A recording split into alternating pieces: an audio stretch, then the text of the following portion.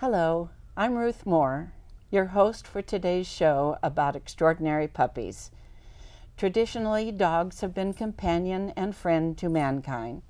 Some, through special training, have exceptional talents, and they can be taught to protect and help us. Today, we are privileged to have on our show a yellow lab puppy named Jill and her razor trainers, Carl and Margaret McCann. Together, they have completed the first phase of training.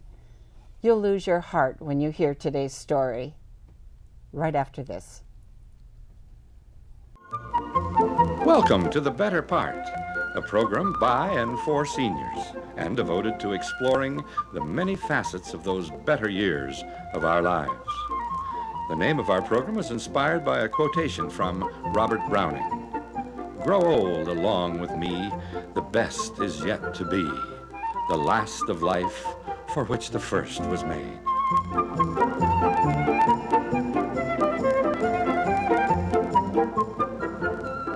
Now, sit back and enjoy a program made especially to provide seniors with useful information, plus some lighter moments to brighten your day. Carl is a member of the Better Part crew. He and his wife, Margaret, have spent the past several months as a puppy raiser for a very special dog. This puppy is training to be a service dog. Today we welcome Carl and his wife Margaret and his yellow Labrador puppy named Jill. Hello, Carl and Margaret. Good morning. Hi, good morning, Ruth. Glad to be here. Good to see you. Now, you've trained Jill as a service dog. Just what is a service dog? A service dog is a dog that is specially trained to do tasks over and above and to help people in disabilities and areas where they need more than just a pet. Mm-hmm. Someone that really needs assistance of some sort. Absolutely. What kind of things can they do? They can assist people in wheelchairs. They can open and close doors. They can turn on lights, turn lights off. They can open the refrigerator door and bring a refreshment to the person in a wheelchair. Some dogs are trained to specially assist those with hearing problems. They can alert them to a phone ringing or a doorbell. They also have been used with autistic children to good advantage. Or they could be a facility dog, a dog that goes to a hospital or a clinic and helps in calming patients and helping with psychiatric issues. Now, are these dogs trained separately? Someone that's a hearing dog, for example, is different from a special dog of some kind or a service dog? Well, after we finish with Jill, which is coming right up when she's 18 months, then she goes to boot camp back up in, it's boot camp. It's 8 months long. And that's where they start getting specialized training. So if they have someone who has a hearing problem and they're looking for a dog, they will watch these dogs, they'll work with the dogs, and they'll see one that maybe is the most ability. So it's a matchmaker thing, right, something and between then the they dog will and in fact work on that dog and train them specifically for that. That's a marvelous thing, isn't it? Yes. Really is. That an animal that's so beautiful can do something like that for others. Right. That's terrific. Now, where did this dog come from? How did you get her? Well, if you look up in your Wikipedia and type in service dogs, you'll find that there are many, many organizations that provide service dogs. Here they are. Paws with a Cause, Support Dogs, Inc., Canine Companions for Independence, Dogs for Diabetics, Mira Foundation, National Service Dogs. This particular dog came from an organization called Canine Companions for Independence. I've got a little logo on my shirt here. She has a logo on her cape. Is that a local organization? It's pretty local. It's up in Santa Rosa, California, and that's not part of the Bay Area, and that's where the national headquarters is for Canine Companions for Independence. Mm-hmm. Now, this organization, I believe, wasn't this the one started by Charles Schulz, the cartoonist? Absolutely. He and his wife Jeannie have a foundation, and this is one of their many projects. And Jeannie is still with us today, and she's very, very active in the organization. And as I say, the organization is a national organization, does this for a wide variety of people, and the national headquarters is in Santa Rosa. So they have offices all over the United States? Yes, is they that do. it? That's marvelous. How long have they been in business? Do you know? Oh, they've been around for Quite some time now? 20 years or so, I'm sure. Okay. Now you're considered a puppy raiser, the two of you. Yes. So what's a puppy raiser? Well, a puppy raiser, we're basically the foster parents. We've taken on the responsibility to pick up this puppy when she was 11 weeks old, and that's about when they're given out. They're very young.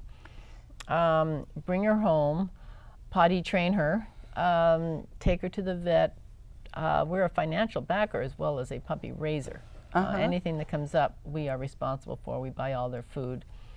The food, do you have to serve it in a crystal dish? No, good old stainless steel works really, really well. Anything I can get it on. But they do recommend certain types of food, and they're very, very particular.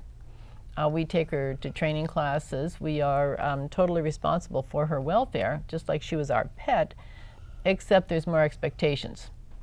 Well, now, when you talk about food, do you give her any table scraps? Never. Anything? Never. Never. Just very specific Right. diet. Right. Very specific diet. She is not allowed to beg at all, which is why we never give her table scraps, because that's what, in fact, starts dogs begging. And She doesn't even beg for this food, no, her treats, does no, she? we could have, We yeah. do have dog treats that are used as a part of the training program. That's dogs respond to food, and that's a huge part of the training I program. is noticed food. earlier, Carl said that even sees a hamburger or something, she won't go for it unless She's given she's permission. given permission. That's, Yes. that's really Right. good. Besides the food costs, what other obligations do you have with her? Well, we have vet bills. We have to make sure she gets her worm medicine and flea medicine, and And if she needs to be doctored, you take her to vet. our vet. Then we Yeah. pay for the bill, right? That could be kind of costly, can't It it? has been, yes. Yeah. So you'd have to be aware of this sort of thing. That's right. Absolutely. Is it tax deductible? Unfortunately, those expenses are tax deductible because that is it's a nonprofit. The Canine Companions for Independence is a independent, and it's a tax deductible organization. So Well, that's anything we helpful. spend on her behalf is considered a charitable deduction. Oh, that's helpful then. Yes. Yeah. How about her in particular? Is there any particular things about her style or her personality that you've noticed? Well, Jill came out of a litter of puppies. There were eight puppies in the litter. She was the only female, so that she had 7 brothers. My and so goodness. she had become I queen don't of the know hop many- right away. I don't know of any woman that would like that. But she's been specially bred for temperament, and she is very, very calm, and she loves people. She's very social. That's part of her breeding, is to bond with people because she's going to be a companion to a person. And of course, she loves other dogs as well, but she bonds strongly with Now, us. when you're going to bring her back, will she be able to go into a new family again easily? Is that We something think that so. they expect? We think so, yes. That's absolutely required. As a matter of fact, if they don't think that will happen, then she would not pass the program. But she seems to be following everything pretty well now, You learning give her, yeah, everything. she'd go with anybody here. She'd walk off with you right now. I saw something the other day on television, and it showed some of these service dogs as that they could read. That they had a sign that was about so big, and with big letters on it that said B-A-R-K, and they showed it to this dog, and the dog barked. Okay. I'm not kidding you. I was watching this That's thing. amazing. And then Yeah. they had a sign that said down, and they showed it to the dog, and the dog laid down. Oh, wow. So Isn't that that would work something? very well for somebody who could not speak. Yes. Yeah. Yeah. So Or maybe even hear. A hearing might I don't know. Do That's something like that. interesting. I had not heard that. Yeah. We'll have to work on I was her amazed. reading. I just looked at that thing. I thought, oh, well, is this really true? You I don't know, yeah. But they showed it, so it was true. They can really train these dogs. Yeah, they're very intelligent. Yeah. Now, have you taken her on trips with you? Is this a problem at all, or are you able to take her on trips? Certainly. As a canine companion, she could go on planes. She can stay in hotel rooms. We take her to any restaurant, and she just goes and sits. We took her to a trip down to Southern California, to Palm Springs, and some of the problems is they're used to pooping in their own backyard, and so when they're in a different environment, that's something they have, and they do have to learn that, but it's certainly more challenging when you're on a Are they trip. resistant then to? Yeah, they are, they're not and if they comfortable. can't, they're not as comfortable, and they're on Yeah. a leash, and that makes it a little bit more of a challenge, but she picked up on it. Luckily, we stayed at a very pet-friendly place, and there's a large run area for her, that's so good. she could run. Yeah. That's the problem with traveling, is they can't run. You always have to have them on a leash. But then again, if you had to leave her, you would have someone that you could leave her with. You could either have a neighbor or one of your children, or you can call the network of all the other puppy raisers in the community, because there's a lot of puppy raisers. Several of them right in this area. In the San Jose area, that's right. And you send a little email and say, hey, I need somebody to help me with my puppy for a few days while I'm gone, and somebody would call and say, okay, sure, I'd love to take Jill for a few days. I'll take her. That's right, that's right, that's right. That's right. So, Well, do people stop and talk to you when you're out with her? all the time, Yeah. all the time. They want to know all about her. Yeah, and we don't always have her cape on her when we're walking her, but if we do, it's like instant attention. Yeah. Right. Instant Now, attention. is that a wise thing Oh, to have people talk to her? It is, because is? again, at this phase of their training, we're trying to socialize her. We're trying to get her used to all kinds of different activities and different social settings. Because once she has been trained to a specialty, she may get involved with large crowds. She may get involved in a store situation. She may get involved in a restaurant situation. So we want her to have that experience already before she goes into her specialized training. Yeah. And certainly people will stop. They'll be curious. When she's working, when she actually has been assigned to a person like in a wheelchair, it's not encouraged to have people stop, because she's a working dog at that point. Yeah. But they are friendly, and so I'm sure that there will be occasions when that will happen. I know I stopped a woman once and talked to her, and she said, please don't pet the dog. Yeah. Because Because they're apparently working it was, something that particular dog Right. shouldn't have. So you have to respect that, You have to respect and that, and realize you- that this may be a problem. And People should always approach the owner rather than the dog. oh yeah, well, and then too, all dogs. I always offer my hand this way if I'm going to go to a dog rather Right. than like this. Right, right. And especially little children, Right. how are kids around a dog like this? I would imagine they would love them. they do. Our grandchildren love this dog. do. Yes, Yeah. very Yeah, definitely. they want you to keep it, don't they? They do. They do. Yes. Well, now, something like this would be a good dog for someone who has, say, muscular dystrophy, Yes. and they have difficulty even moving themselves. The dog probably can't move them, but maybe if once they're in a chair, can the dogs pull a chair or anything like that? Or Well, they could pull a wheelchair. They couldn't pull a chair. So yeah, they these had dogs are not perfect for everybody and for Yes. every situation, because they can't.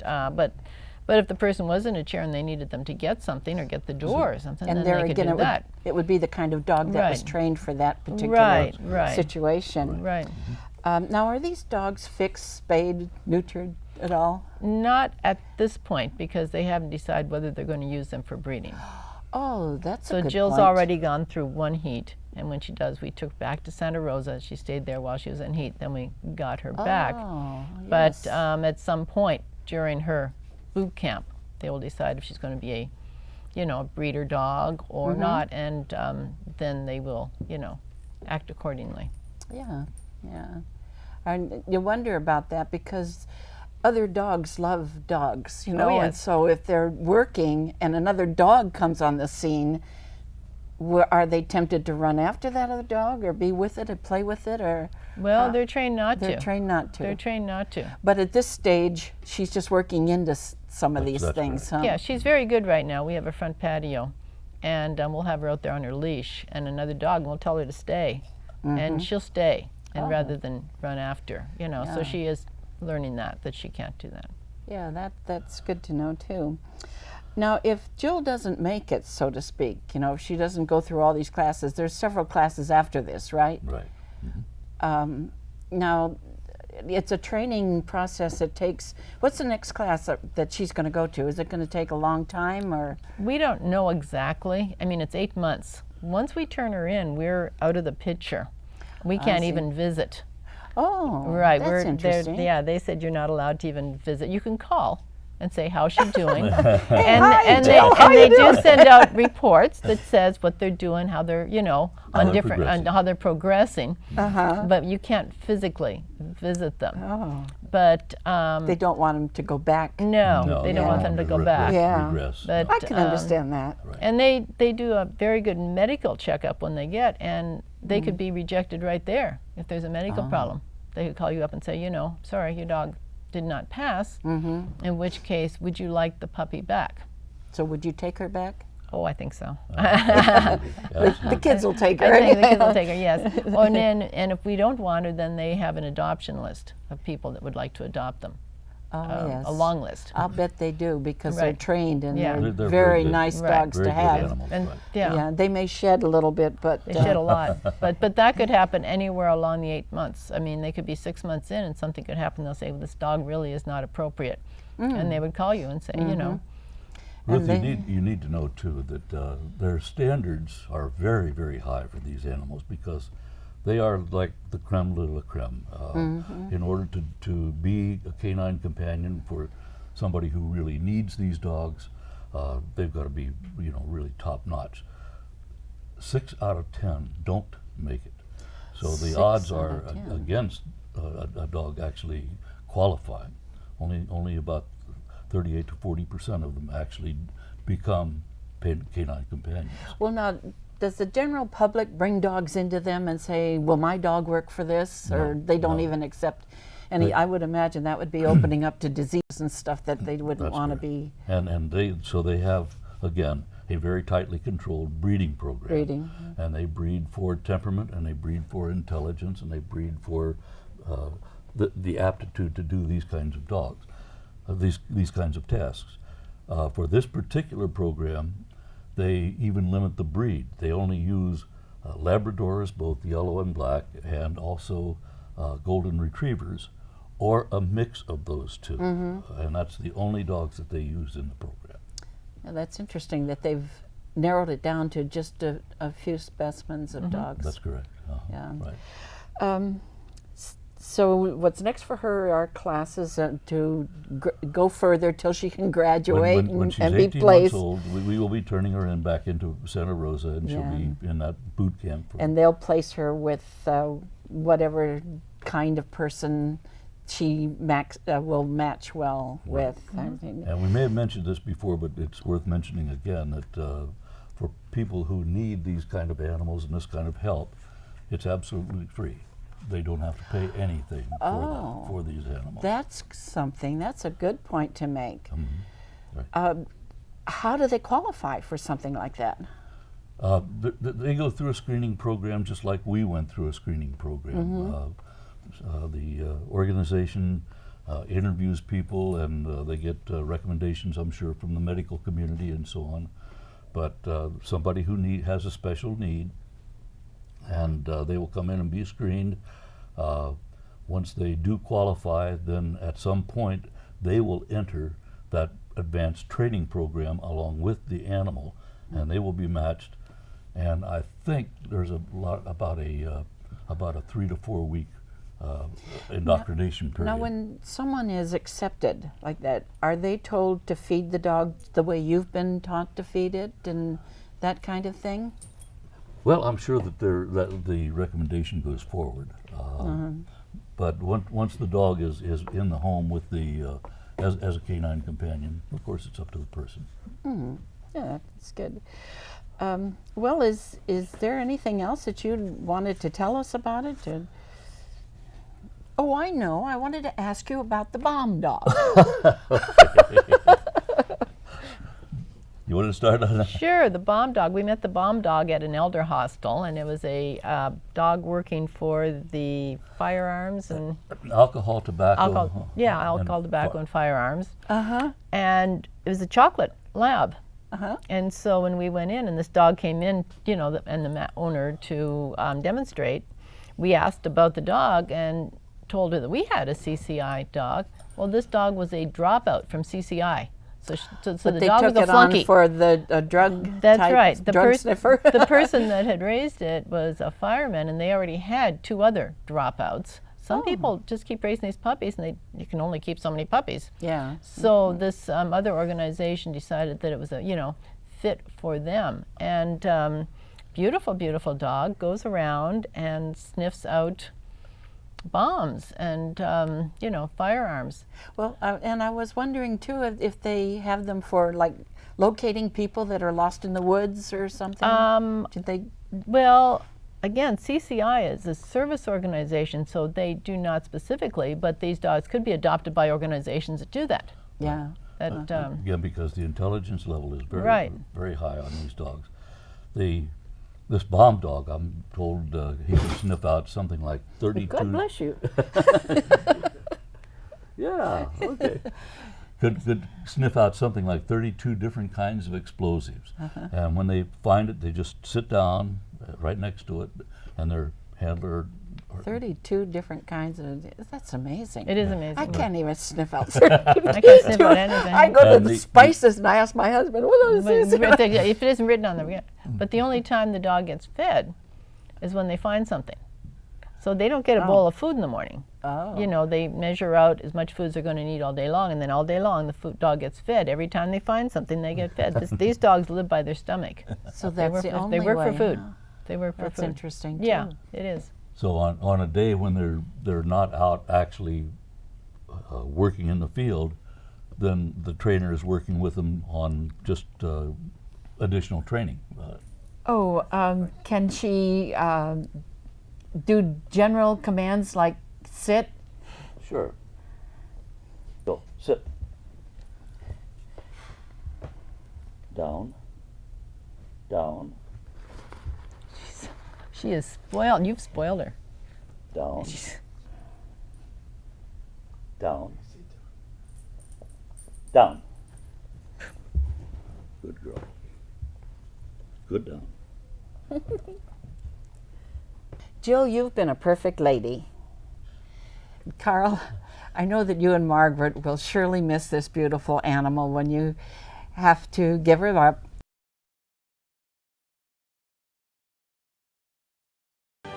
Now is the big day, graduation. Puppy raisers, teen training students, and their friends and family gather to celebrate day, graduation. Puppy raisers, teen training students, and their friends and family gather to celebrate the beginning of the new human-canine partnership, the new Canine Companions for Independence Assistance Dog Teams. Graduation is an emotional event because the puppy raisers literally hand over the graduating dog's leash to its new partner.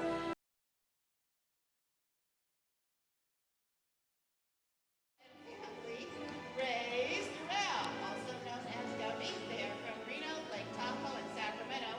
And this is the first puppy for Lynn. This is the 15th puppy for this Astro family.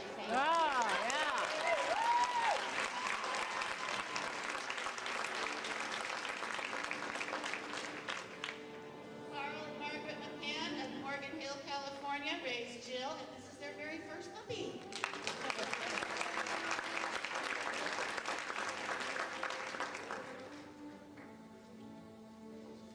And we have Candace II, raised by Tara Ford and Nancy Plumley of Portland, Oregon, and this is their first puppy.